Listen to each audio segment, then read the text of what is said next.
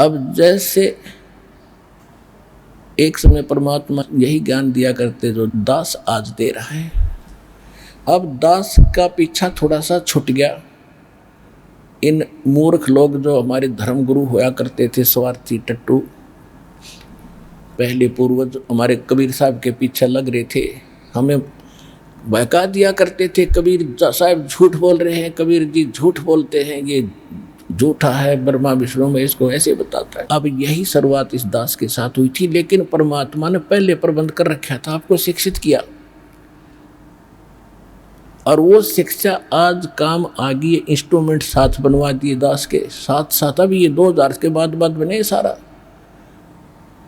ताकि आप इन सदग्रंथों को खुद समझो, और खुद समझे तो आज मेरे साथ होगे।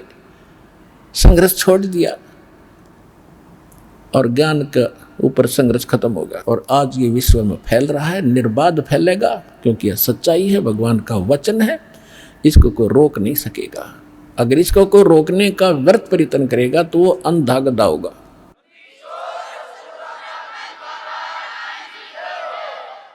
एक अंधा गधा था और रेल की पटरी के बीच में खड़ा था।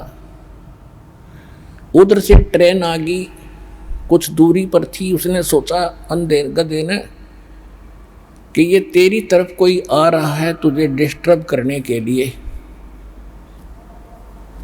और गधे के पास अपनी 2 लात होया करें पिछली, कोई उसको डिस्टर्ब करता है तो उसका दोनों लात ठोक्या करो। तो उस अंधे गधे ने देखा कि इस साइड से कोई गड़बड़ है, जिधर से ट्रेन आ रही थी उसी तरफ पैर कर लिए पिछले, और जब निकट ट्रेन आई तो उसने सोचा मुझे दुखी कर रहा है, ये छेड़ रहा है, मतलब यानी ट्रेन के मार्ग में अवरोध बना खड़ा था वो, और ट्रेन के लात मारी, दोनों दलती ठोकी। जब निकट आ लिया, उठा कर ट्रेन ने पटक दिया, टुकड़े टुकड़े हो गया बाई के। तो ट्रेन उस अंधे गधे से रुक नहीं सके थी, वह उसकी मूर्खता और अज्ञानता थी, उसने दिखा नहीं था। इसी प्रकार जो परमात्मा के सतभक्ति रूपी ट्रेन का अगर कोई बाधक बनेगा तो अंधा गधा होगा, ये सोच लेना, सीधी सी बात है।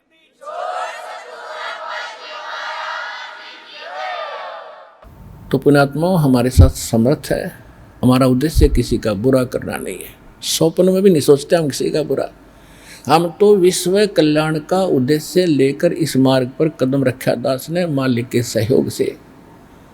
उन्हीं का वचन है कि पूरा विश्व में ये ज्ञान फैलेगा, कबीर साहब रहेंगे, सतनाम सब जाप करेंगे, और पूरा विश्व एक होगा। ये सीमाएं देशों की समाप्त हो जाएंगी, टुकड़े में अलग से व्यवस्था अलग बनी रहेगी।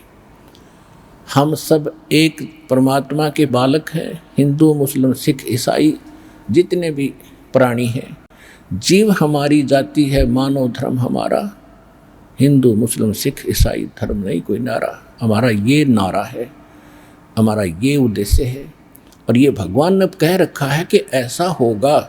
जब हम भगवान के लिए तो भटक ही रहे हैं, भगवान के लिए हम भिन्न भिन्न बने, कोई ईसाई बना, कोई मुसलमान बना, कोई सिख बना, कोई हिंदू बना, और भगवान जब हमें सामने पिक्चर होगी तो हम भगवान के लिए फिर एक भी बनेंगे, इसने कोई रोक नहीं सकेगा। और शांति होगी, ये आपसी झगड़े खत्म होंगे, धर्म के झगड़े खत्म होंगे, सीमाएं के झगड़े खत्म होंगे।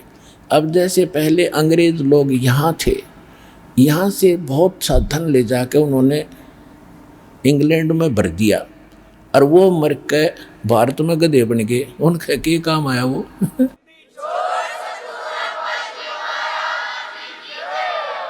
तो उन मूर्खा के काम आया, वो कर्म बिगाड़ गए। तो यह आँख, ये अंधेरा हटेगा आपका।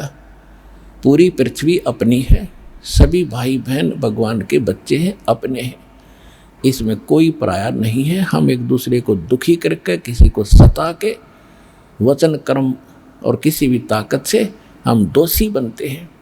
हमें तो वचन कर्म से और तन मन धन से सबको सुखी करने की चेष्टा करनी चाहिए। कबीर साहब का विधान है, ऐसी बानी बोलिए मन का आपा खोए, औरन को भी शीतल करे, आप भी शीतल होए।